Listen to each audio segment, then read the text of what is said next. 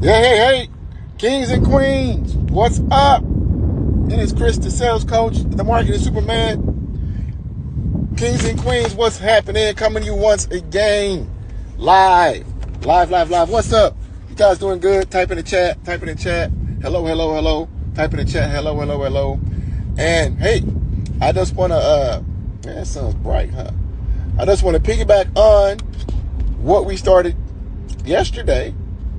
When I began sharing, I'm driving again. You know, I'm always driving, guys. But hey, morning. I want to piggyback on what we started yesterday when I was sharing the one of 5 things that I pray for. So if you missed yesterday's live, just go back and watch it here on my channel. But so let's talk about today, the number 2 thing that I pray for. All right, 2 of the 5 things that I pray for. And again, I want you to understand how powerful this is, because once you really learn how to pray, guys, things begin to shift in your life. So morning. All right. So number 2 of 5 things that I pray for. You ever go outside, or like you ever been like to a beach, right? 2 weeks ago, we was in Clearwater Beach, Florida, for a $55,000 mastermind I'm a part of, and during one of the evenings, my wife and I was looking out at the beach and looking at the sunset, right? You know, and to our natural eye, it looks like, you know, the sun is actually disappearing. You know, it's actually going, you know, in the ocean. Or if you had an open field somewhere, you see the sun, you know, setting. It looks like it's disappearing over the horizon, right? Why? It's because, well, our natural eye is limited as far as what it can actually see, right? Now, in reality and truth, we know that the sun is not sinking in the ocean. We know that beyond the horizon, there's more to see, right?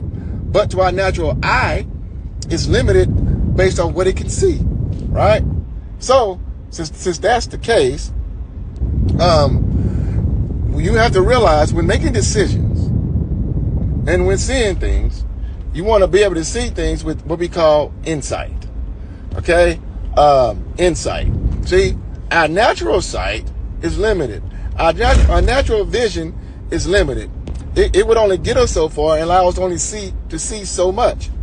So what we have to do is begin to ask God to give us insight. See, those are 2 things that I pray for. Wisdom. I pray for wisdom, insight. All right. The second thing I pray for is insight. And insight is so important that you pray for that. I had to move my thing down. Police officer pulling somebody over behind me. Real live. All right. But the second thing that I pray for, guys, is insight. Because insight is better than outsight. See, outsight is limited. Your natural vision limits you. Like, for example, you can have a bank account and you allow your bank account to determine what you can and cannot buy, what you can and cannot invest in. Because why? That's outside.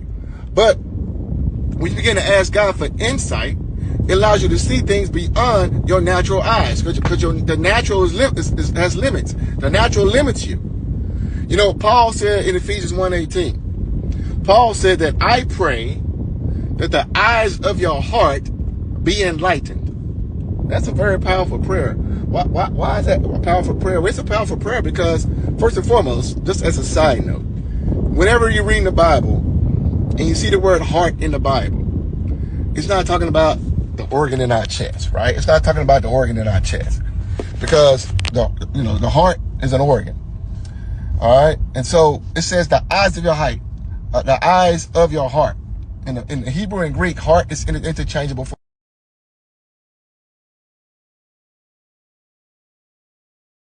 the mind, because that's what the actual word means in the Hebrew and the Greek. All right, mind. Now, Paul said, I pray that the eyes of your mind be enlightened. Now, the eyes of your mind, he's talking about our subconscious mind. And whenever you see the word lighten or enlighten, what's the root word of enlighten? Light. In the Bible, light always represents knowledge. You know, there are 2 kingdoms on earth, the kingdom of darkness and the kingdom of light, right? Well, light always represents knowledge. So Paul said, I am praying that the eyes of your mind, your subconscious mind, becomes enlightened is illumined, or has insight, spiritual insight, to see the things that your natural is limiting you from not seeing. Ooh, this is good stuff. Are y'all following me? If this is good, type a 1 in the chat right now. Type a 1 right now in the chat, in the comments, if this is good, because this is good teaching right here. This is good teaching. Share this video too, guys. This is good teaching. So for you to understand this, my friend, right?